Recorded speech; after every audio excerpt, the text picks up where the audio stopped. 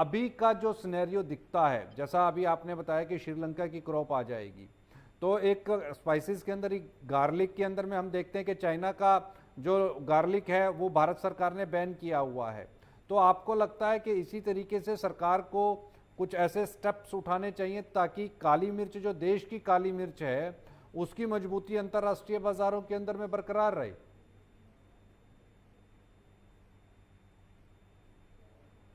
मगर अपना Indo Sri Lankan free trade agreement है और साप्ता है, उस वजह से गवर्नमेंट उसमें कुछ नहीं कर सकती है, कोई चेंज नहीं ला सकती है, ऐसा इवन कॉमर्स मिनिस्टर ने भी बता दिया है। और ठीक वो है। इम्पोर्ट आएगा ही। अगर अपन कोई भी अगर आर्ग्यूमेंट से एक पर बात करें तो वो बोलेंगे कि काली मिर्च के किसान कितने हैं, 10 लाख 15 लाख। हम्म। तो मैं 140 करोड़ का देखूं या 10 लाख का देखूं, अगर उनको सस्ता मिलता है इंपोर्ट होते हुए तो उनको मैं काली मिर्च सस्ते में देने की कोशिश करूंगा। और हम्म। मेरे को 5 करोड़ 3 करोड़ हर महीना हम लोग को सेंट्रल गवर्नमेंट को टैक्स भी मिलेगा हम्म। 8% के हिसाब से। श्रीलंका का 8% है, ब्राजील से 70%, 70% है, वियतनाम से 65% है। हम्म। तो ये सब देखते हुए लोग श्रीलंका से 2017 में वियतनाम का माल वाया श्रीलंका आ गया और ओके। पकड़ा गया। 17,000 टन वियतनाम का माल इंडिया में घुस गया हाँ। उस समय। ओके। तो वो, और श्रीलंकन गवर्नमेंट सर्टिफिकेट देती रही है हमारा प्रोडक्शन है। अच्छा, बताइए। तो फिर वो पकड़ा कैसे गया? जब सर्टिफिकेट श्रीलंका का था तो क्या यहाँ लैब टेस्ट किया गया? वो श्रीलंकन कस्टम्स ने ही इनिशिएटिव लिया। बड़ा अच्छा हुआ, उन्होंने उसका बांडा फाड़ा ओके। और उसकी वजह से सब बाहर आ गया। Political difference of opinion between the ministers था, इस वजह से बाहर आ गया। नहीं तो इस पता ही नहीं चलता किसी को। कि भाई ये श्रीलंका का माल है या वियतनाम का माल है। हाँ जी, क्योंकि हमारी इंडस्ट्री खुद कह रही है कि उसमें तिखास काफी ज्यादा है। तो हाँ। हम अगर 1 किलो भारत का माल यूज करें कर्नाटका का, उसके बदले श्रीलंका का 250 ग्राम यूज किया तो बस है।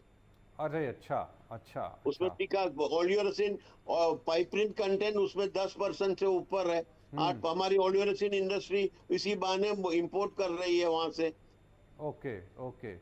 तो मगर अभी, अभी ज्यादातर इंपोर्ट तो इंडोनेशिया से और ब्राजील से आ रहा है। उसी में गवर्नमेंट को देखना चाहिए कि क्या हो रहा है, सब नियमों का पालन होता है कि नहीं।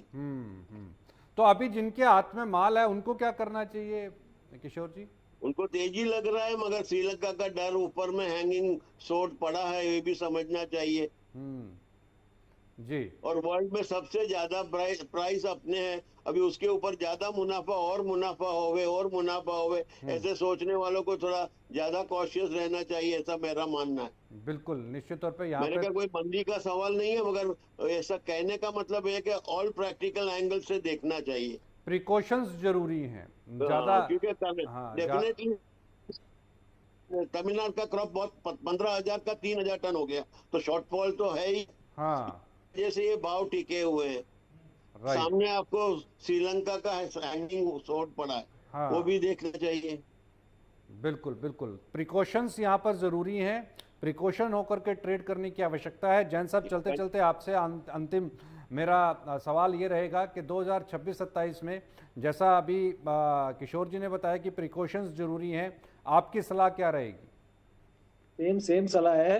प्रिकॉशंस बहुत जरूरी है। भाव कोई कम नहीं है, 700 रुपए 725 रुपए भाव कोई कम नहीं है। हम्म। प्लांटर्स जो है मतलब फार्मर्स जो है वो मतलब जो उनके फॉर्म में जो ये काली मिर्च उगता है, तो जो खर्चा उनको बहुत कम लगता है। जैसे कंपेरेटिव करेंगे तो कॉफी का करेंगे तो वहां पे लेबर वगैरह सब उनको ज्यादा लगती है। जो कॉस्ट अपन आज अभी 20 22 हजार 23 हजार रुपए एक बोरे का है, 50 किलो का। हम्म। तो उनका खर्चा भी उतना आता है। मगर पेपर जो है, ब्लैक पेपर, इसमें 700 750 700 मिल रहा है, उनमें खर्चा 100 150 रुपए किलो ही जाता है, पूरा अच्छा। उनको बच रहा है। ओके। तो ऐसा कोई नुकसान नहीं है, बहुत अच्छा है। जो जैसे वो बताया श्रीलंका का क्रॉप अच्छा है, तो श्रीलंका का हमारे पर अभी आने की 100% शक्यता है ही है ही 100% है ही है। उन्होंने अभी जैसे श्याम जी ने बताया कि $6,600 में अगर दे रहे हैं तो 100% इंडिया में घुसेगा ही, तो भाव में कोई ऐसा इजाफा नहीं आ सकता है। मगर प्रिकॉशन जरूरी है, 100% जरूरी है। प्रिकॉशंस बहुत ज़रूरी हैं। बहुत बहुत धन्यवाद आप दोनों ही खास मेहमानों का। लेकिन जो एक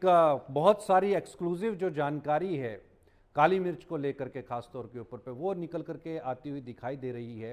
पहली ये कि जो काली मिर्च विदेश से भारत में आ रही है वो री एक्सपोर्ट कितनी हो रही है इसकी जानकारी ना तो ट्रेड के पास है और शायद मिनिस्ट्री के पास में इसकी कोई जानकारी हो तो पता नहीं है, स्पाइस बोर्ड के पास भी इसकी जानकारी नहीं है कि भारत का काली मिर्च का एक्सपोर्ट कितना हो रहा है। दूसरी सबसे बड़ी इंपॉर्टेंट चीज़ जो सवाल यहाँ पर किशोर जी ने खड़ा किया वो ये खड़ा किया कि काली मिर्च इंपोर्ट कर ली जाती है लेकिन उसके नाम पर री एक्सपोर्ट जो है वो अदर कमोडिटी को री एक्सपोर्ट किया जा रहा है। ये एक दूसरा बड़ा सवाल आकर के खड़ा हो जाता है कि ऐसा क्यों किया जा रहा है, इसके पीछे की असल वजह क्या है, क्या टैक्स चोरी इसके पीछे की असल वजह है या फिर प्राइस को मैन्युपुलेट करना इसके पीछे की दूसरी एक वजह हो सकती है। तीसरा जो सवाल यहाँ पर आकर के खड़ा होता है वो ये आकर के खड़ा होता है कि तमिलनाडु की इस बार की काली मिर्च की क्रॉप जो है 15,000 मीट्रिक टन से लुढ़क करके 3,000 मीट्रिक टन पर आ गई है, यानी कि 12,000 मीट्रिक टन जो है वो माइनस के अंदर में है और एक बड़ा डाउनफॉल तकरीबन 75% माइनस के अंदर में प्रोडक्शन। और वहाँ पर तेजी जरूर बनती दिखाई दे रही है लेकिन ऊपर श्रीलंका की जो ब्लैक पेपर है, काली मिर्च है, उसका जो प्रोडक्शन है वो काफी अच्छा है, काफी बेहतरीन है, जिसकी वजह से आने वाले दिनों के अंदर में प्राइसेस के ऊपर पे एक दबाव भी बन सकता है। तो यहां पर प्रिकॉशंस लेने की आवश्यकता दिखाई देती है। और जो जैन साहब ने बताया कि करीब करीब जो भाव हैं जो अभी 70,000 72,000 रुपए प्रति क्विंटल के आसपास चल रहे हैं वो 80,000 रुपए प्रति क्विंटल का लेवल छू सकते हैं। 80,000 रुपए तक के भाव काली मिर्च के अंदर दिखाई दे सकते हैं, यानी कि यहां से 10% से ज्यादा की बढ़त देखने को मिल सकती है। ऐसी संभावनाएं हैं जिस तरीके के प्रोडक्शन फिगर्स इस बार आ रहे हैं मौसम खराब होने की वजह से या फिर फार्मर का इलायची की खेती की तरफ शिफ्ट कर जाना उसकी वजह से।